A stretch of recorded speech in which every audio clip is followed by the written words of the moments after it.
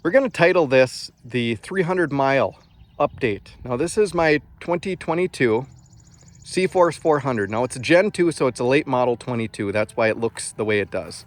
There are aftermarket accessories. You will see that some of it is obvious. I'm not going to get into that.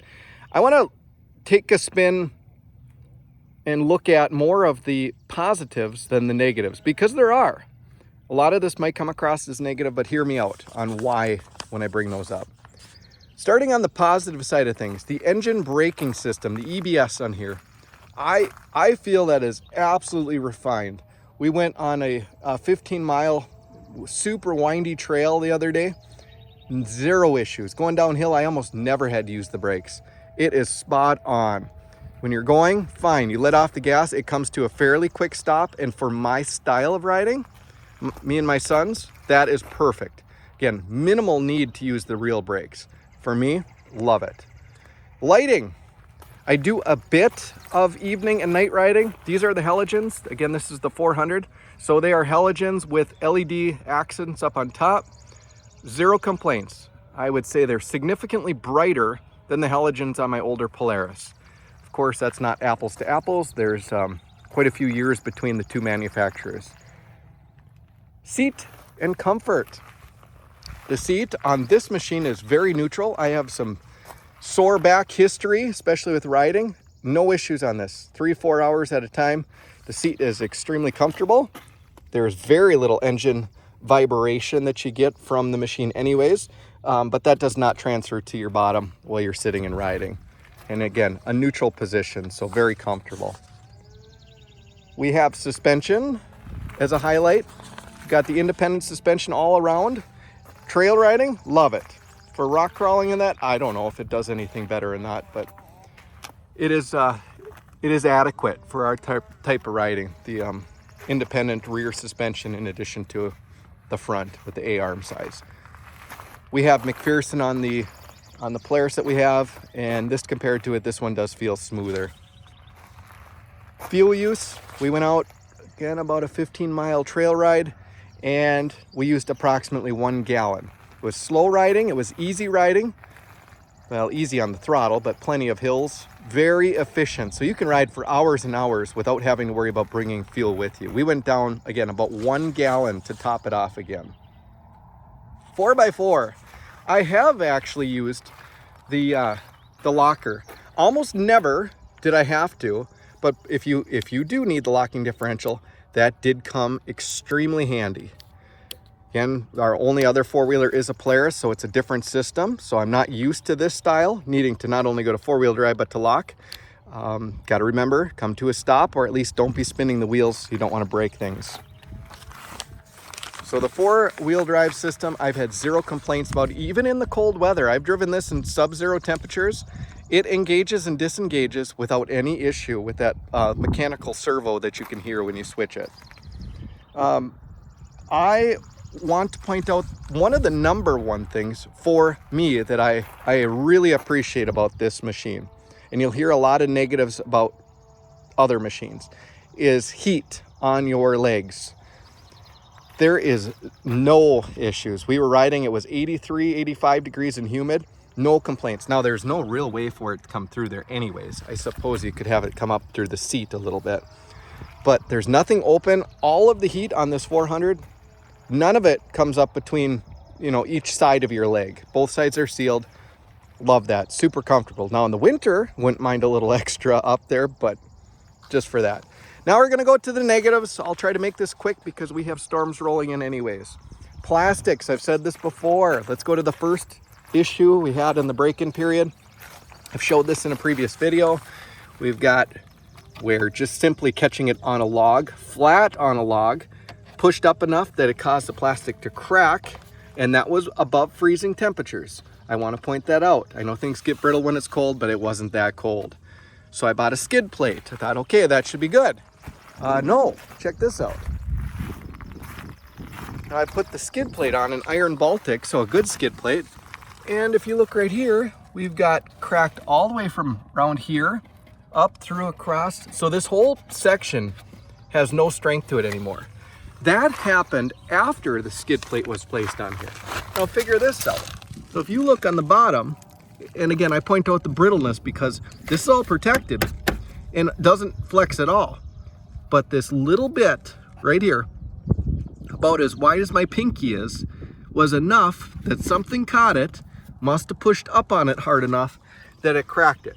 Because there's nothing else wedged in there, nothing else has been pushed up there to cause that. So I cannot figure out why something like this would be that brittle that you would even get cracks in a main part of the floorboard. Again, look at the machine. I don't bounce this off of rocks. I don't abuse it. I don't feel that that should be happening either side, but especially this side. They're not expensive. You know, CFMOTO is known to be fairly cost effective.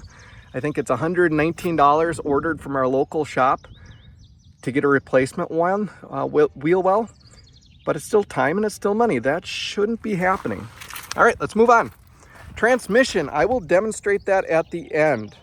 With that, let's move on a little bit further. Power curve, not a great rock crawler, or if you're trying to go slow over stumps, right? So I already broke plastic from laying it up on a stump.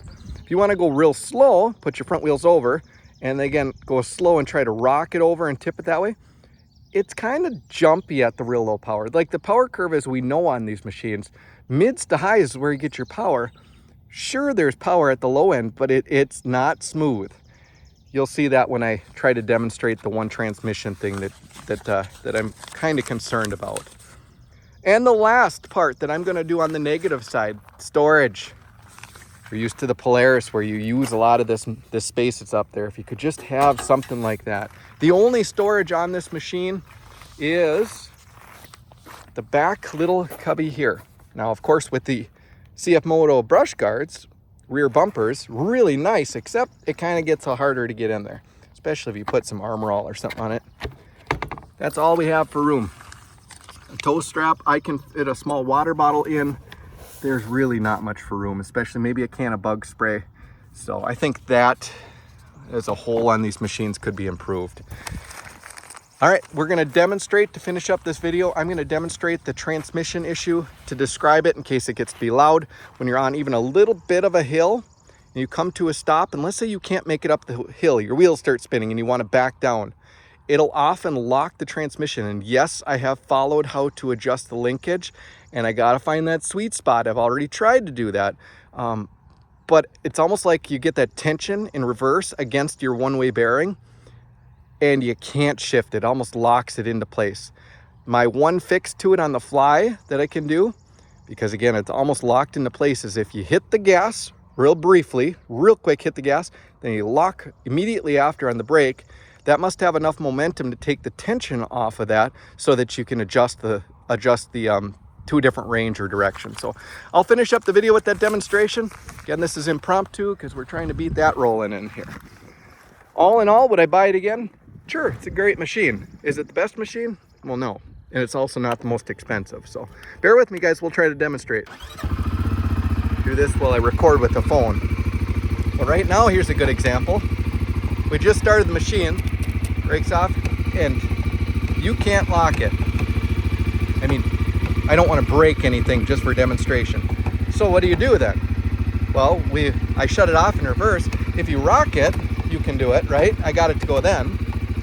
So that's one example of can be frustrating. Let's go up on the hill. And let's say, again, here's the example how it's kind of jumpy. See how it's, I don't know if the camera will hide that, but let's say you can't make it up there. There are often times that you want to go in reverse.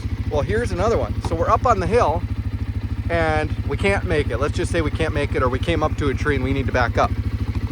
You can't kick it in reverse. And yes, again, I have adjusted the linkage by taking this up and cover off and tried to lengthen and shorten it by, quarter-inch turns multiple times. It won't go. So again, we're off of the brake and we're rolling backwards now. Now we stop rolling, still locked. How do I fix that? Well, let's say you gotta be able to go in reverse. If you go forward and quick hit the brake, sometimes, see, now I got it.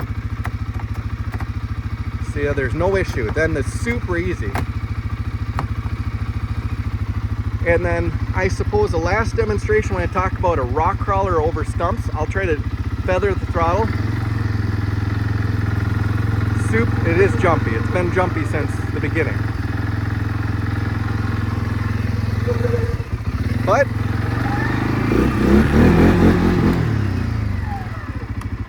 the rest of the power on this machine is fantastic. It keeps up just fine with the older Polaris 500 we have.